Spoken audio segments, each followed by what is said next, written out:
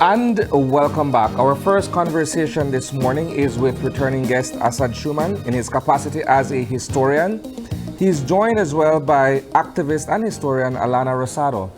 Good morning, good morning, good morning. Good morning. Good morning. We're off on quite an interesting conversation to kick off our show today.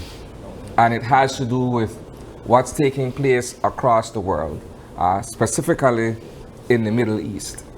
Mr. Schumann, you were here a week or so ago having a similar, if not this very same conversation with our hosts. But I want to begin first of all by getting Alana's fresh take on what's taking place here from a younger person's point of view. Alana? Yes, thank you for allowing us the time to be here. I think that it's really important that Palestine stays in everyone's minds, not just something that we see on the television, but something that we're constantly discussing, something that we are investigating within ourselves. What are we doing? What are we thinking? Because it's something that, believe it or not, though it's maybe across the sea or across an ocean, it affects us. Belize has not just historical ties to Palestine, but if you think about it, you can see yourselves in the people who are suffering there. And it's just something that I fear, especially with the war between Israel and Iran, that people will sort of forget that there's a genocide happening in Gaza. What sparked your interest in terms of being able to follow this conflict or this developing situation as a Belizean, as a young person at that? Well, I'm lucky that I grew up in the age of the internet.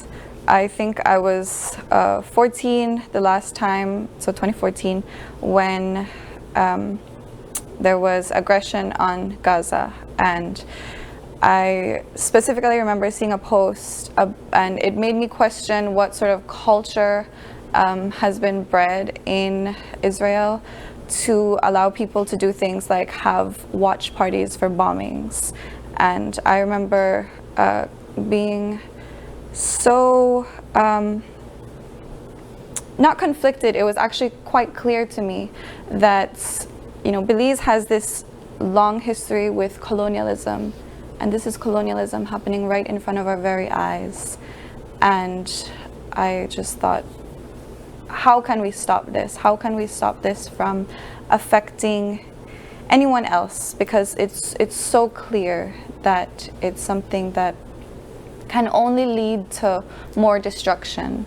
There is no positive outcome with the way that things are going.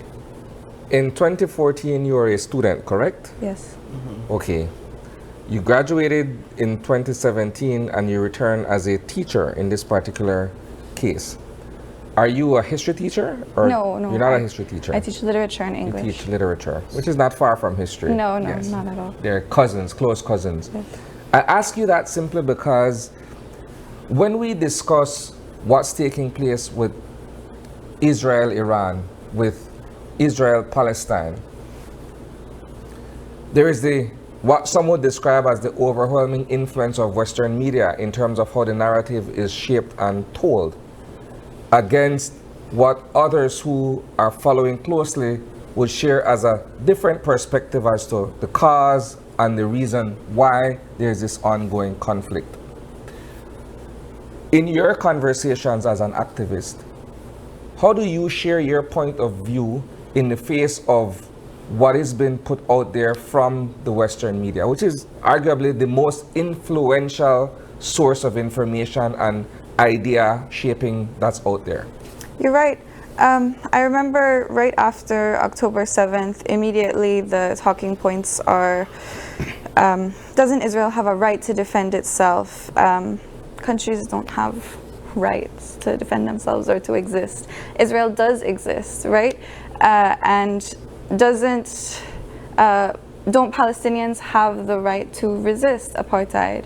And so I feel like, honestly, the conversation has shifted despite the the best efforts of the Western media, because it is so hard to skew the perspective when we can see firsthand people are dying, people are being dismembered, people are being buried under rubble. There's so much violence, graphic violence that we can see in front of our very own eyes, that you can twist it however you want, that it's a promised land or they have a right or whatever. But I really feel that most people who engage with this conversation in good faith can see that there is a very clear distinction between who is being dehumanized here.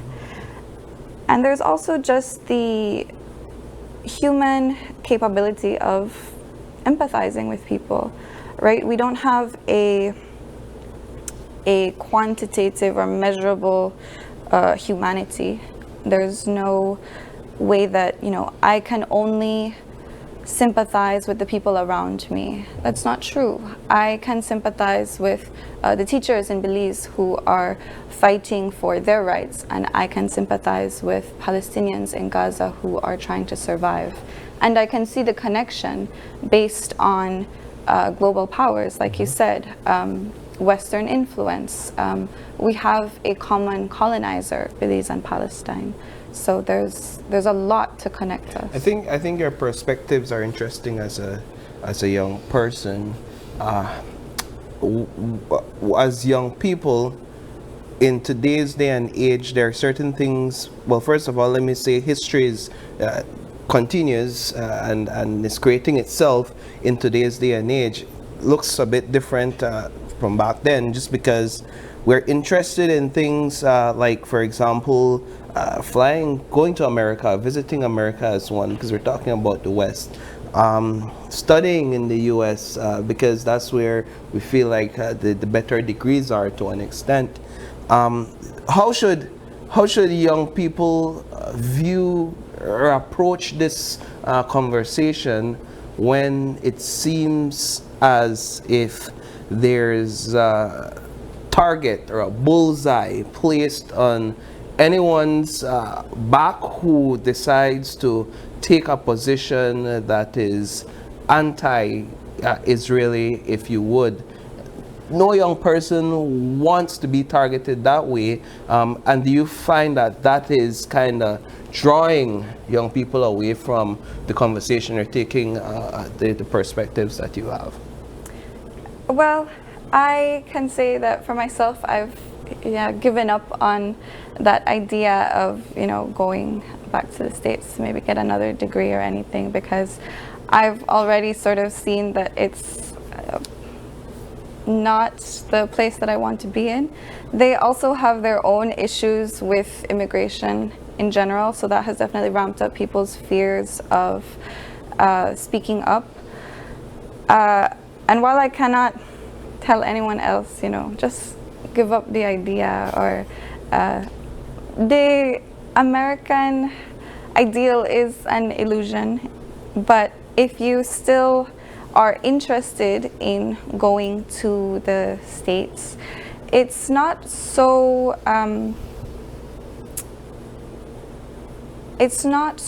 black and white that, you know, people are going to stop you. But I also think, you know, you have to wrestle with your own conscience, whether you want to, you know, maybe look at another country for your education, or you want to, you know, be a little bit more covert with what you do. I know someone who is studying there right now and still supports Palestine, but on like their private stories, right? Because it's hard to be silent when it actually does affect you emotionally. But it's hard to speak out when there's a microscope on these platforms. Yeah, that's true. You just have to make a choice, I suppose. Let me get us started on the conversation at this point. And I know, as a historian, you have the entire timeline between Israel and Palestine down pat, perhaps from the first Intifada all the way to where we are today. But I just want to focus on a snapshot, which would take us back to 2023, October, where you had the members of Hamas who essentially invaded Israel, which created this fresh round of conflict. If we're looking at that particular picture, and this is in line with the conversation that we're having with Alana, it would be at a time where young people will be able to reflect on that as opposed to things that were happening all the way back in the 40s, 50s, etc. So we're looking at October 2023, fresh round of conflict. What is your perspective? And I'm trying to get as objective a position from you, even though I understand your history and your ancestry and what have you. What is your perspective on what is taking place there? If one says tit for tat, you have lives lost on one end, you have lives lost on the other end. It may not be equal in terms of the use of force and what have you. What is your position on that? Well, you're talking about Gaza, right? Yes. So what is Gaza? Gaza is a small strip of land which is part of Palestine, which is a strip that was left out of an invasion that took place or a takeover of the territory by Europeans, by people who came from all over Europe because they were being persecuted there. They couldn't be free there. They were being, attacked, persecuted, and so on. And they went to Palestine, pushed on by the United Kingdom and other, and especially after the Holocaust in Germany, right? So everybody said, well, yeah, people have to have that escape. But that escape came at the cost of the natives who were there, right? Who were expelled. In the case of Gaza now, 80% of the population of Gaza is made up of people from the parts that you say they invaded. That is their home. That is where they live. That is where, for hundreds of years, their families were. They were driven out of that into this strip. And that strip was put under siege for like 15 years, where Israel controlled everything, what went in and what didn't. And they were kept at the verge of existence. And every now and again, Israel will come in and what they call mow the lawn, meaning bomb, kill. I don't know, she spoke about 2014, I guess that was one of the times when, one of the operations, they call it, Operation Edge, this and all kind of name they put on it, right? So these people were in a concentration camp. Now when I say concentration camp, we think about what? Auschwitz, Germany. We talk about Germany, right? And the Jews being kept in concentration camps. So how you mean concentration? Well, look, scholars, Jewish scholars, genocide, Holocaust scholars have said that is a concentration camp. That's the biggest concentration camp we've ever seen. People compare it, what is happening to the Palestinians, to what the Germans did to the Jews. When I say people, I mean Jews. For example, there's a person called Norman Finkelstein. Have you heard of him? He's on different podcasts. He's interviewed. He's a big professor in the United States. Both his parents were in concentration camps, managed to survive, escape. He said he would feel like he's betraying his parents if he didn't come out and say, this is the same thing. And he asked, were the Nazis worse or are these people worse? So in your and case, he answers, at least the Nazis did it in a sort of scientific way. They wanted to exterminate the Jews. And they did it like with grim faces, What are you seeing now, the Israelis? They're laughing.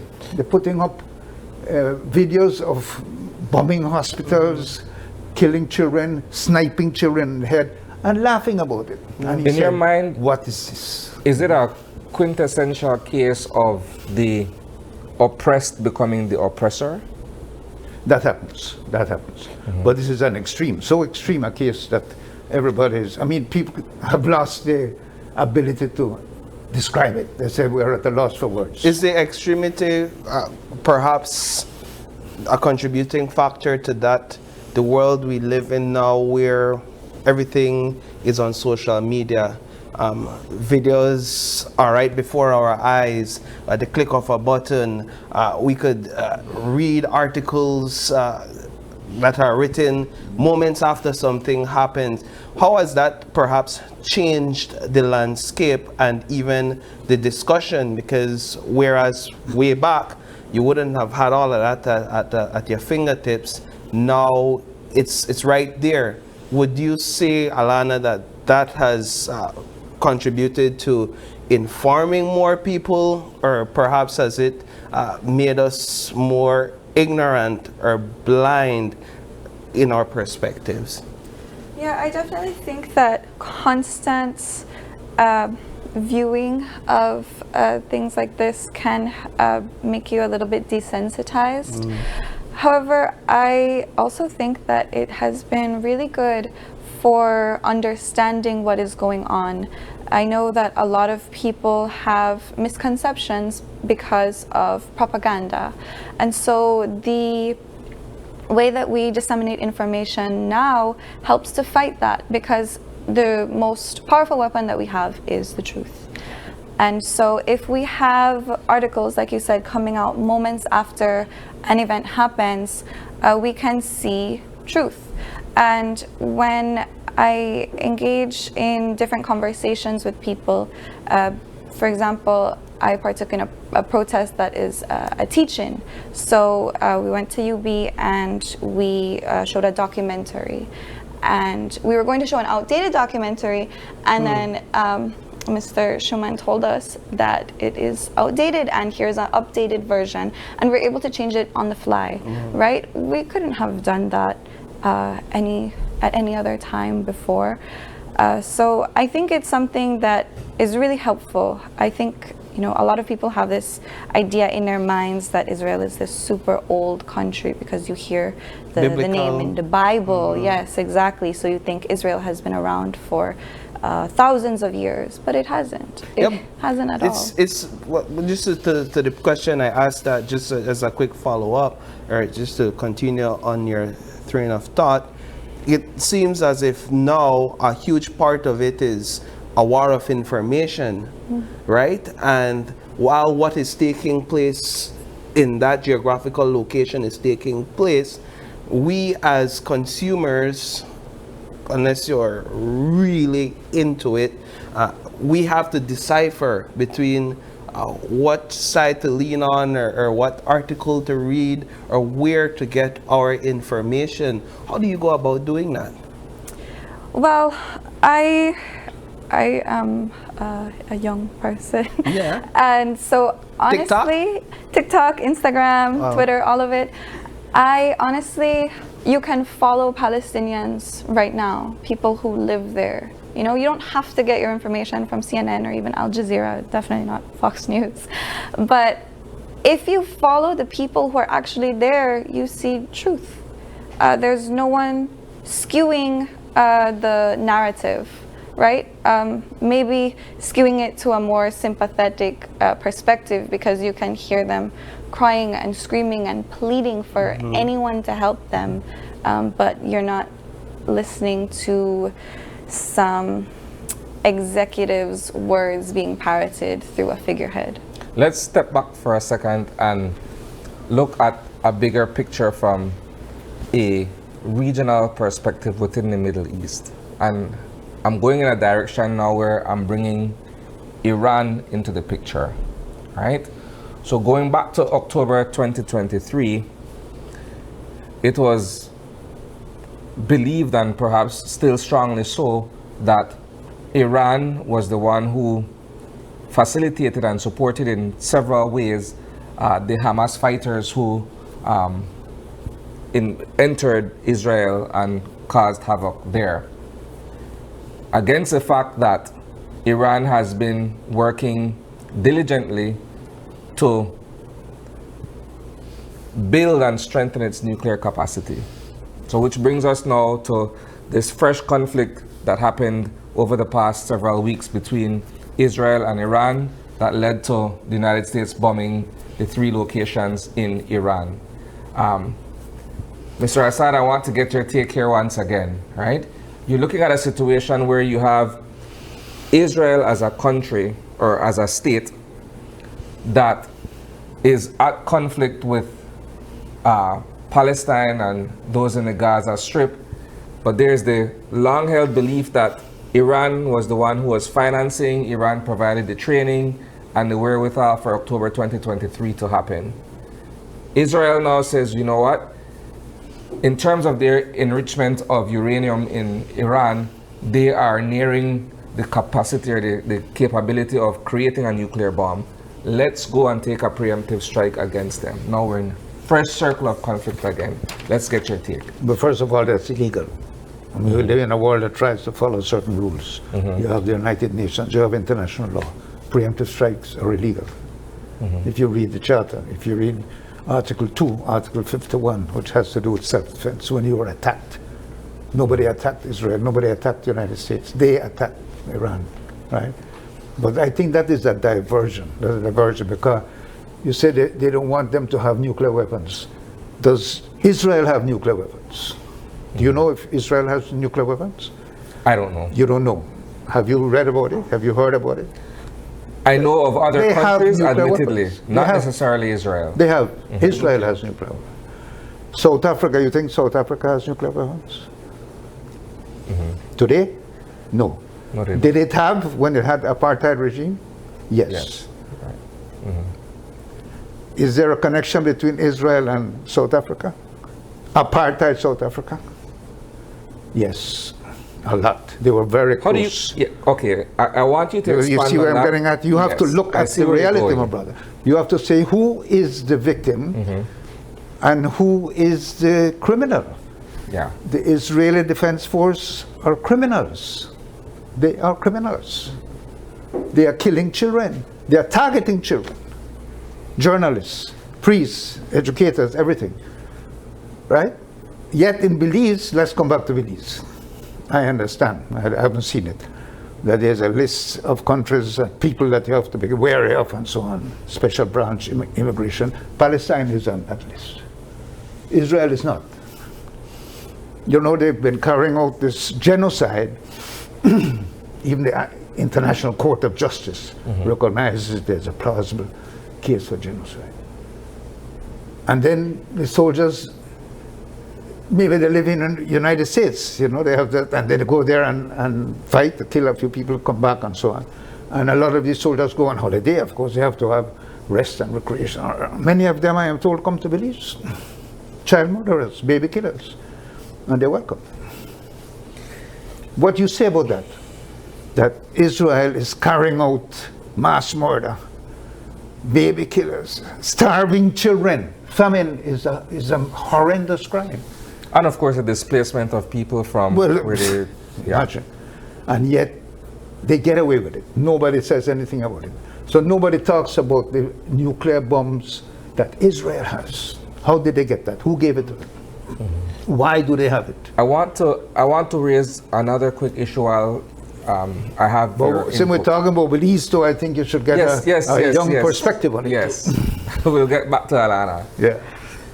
It's not lost on me that you had made a presentation, perhaps last year, if not the year before, before the World Court, where this situation between Israel and Palestine is concerned. I know that we carried it in our news here, your presentation before the ICJ. In your mind, having made that presentation before the Hague, do you believe that others would have shared similar perspective based on what you shared from a regional perspective, from the Caribbean, for instance? That you have other countries, perhaps Jamaica or Barbados, or other people who would see the same thing that you're seeing from your vantage point? Absolutely. Absolutely. There are many, many people, and probably she can tell you more because the young people are in contact, I guess, with one another in different countries. Many young people all over the Caribbean are carrying this flag, right? This flag of dignity. When you put up a Palestinian flag, like at the Glastonbury Rock Festival the other day, I was just telling him about full of Palestinian flags. But it's people feel the need to. But Bob Villan got completely rejected, right? They can't enter the U.S. to go on tour because they're pushing a pro-Palestine agenda, at least in the eyes of the United States. Of course, right? and that happens within the United States. We're talking about universities, people going to universities. Columbia, Harvard. You have to be afraid to go to a universities in the States when you know that academic freedom no longer exists. She said something powerful a minute ago. She said, truth is the most powerful weapon. You heard that, right? And we all believe that universities are the place where ideas contend, everybody has different things, they're free to express them, you know. That doesn't happen anymore. It's a crime to have a free expression in the US of A. All right, so we're gonna have to wind down this conversation, as interesting as it is. Alana, just to get a few final thoughts from you, is there this concerted effort within the region, whether it's Central America or the Caribbean, among young people with the same passion? And then for you as a young person, what's the ideal outcome here where this conflict is concerned? Well, the young people in this region, I think, are very cognizant about what is going on. I think there's a disconnect between what we think and what the governments of certain other Caribbean and Central American countries do, because they have interests in keeping certain global powers happy. But the perfect outcome would be a free Palestine. It would be our governments listening to what we really think. Belize does a pretty good job. We can always do more, right? Like a pushy parent, I always want our country to be doing the best, more than anyone else. But in 2021, there was a resolution passed where we recognized that Israel is committing apartheid, is partaking in apartheid, and we recognize that we have an obligation to condemn apartheid. I believe in that resolution there was also the piece that said that we need to create more laws to sanction Israel, which hasn't been done. That's something that I would love to see our government push more. But yeah, the perfect outcome is a free Palestine. Excellent. So Asad, final thoughts. I think it's a matter of people recognizing again that this is a settler colonial situation. It's not, as she said, that Israel has been there thousands of years. It's just created by terrorism a few years ago. People who were kicked out are still alive today, and they're not allowed to go back. As I said, Gaza, all those people were living right there. They didn't invade, they went back home, right? So it's a matter of perspective, and I think the principle that we have to stand on, the only one that really matters, because it matters to us as well, is self-determination. That's how we got our independence, by fighting on the principle of self-determination. That principle is being denied to the Palestinian people. And if we stand by and allow that to happen, you know the story. It happens to you today, it happens to me tomorrow. The world is very connected. So we have a lot at stake when international law means nothing. When the same Norman Finkelstein was saying about what happened at Iran, it's that international law died on those days. Now any country can feel free to invade any other country. Think about that in terms of beliefs. They're free with impunity.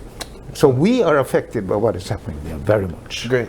Excellent. We want to thank you both for joining us, Sunset, this morning and having this very insightful conversation. All right, so with that, we're going to take a quick break. And when we come back, we have more Open Your Eyes. Stay tuned.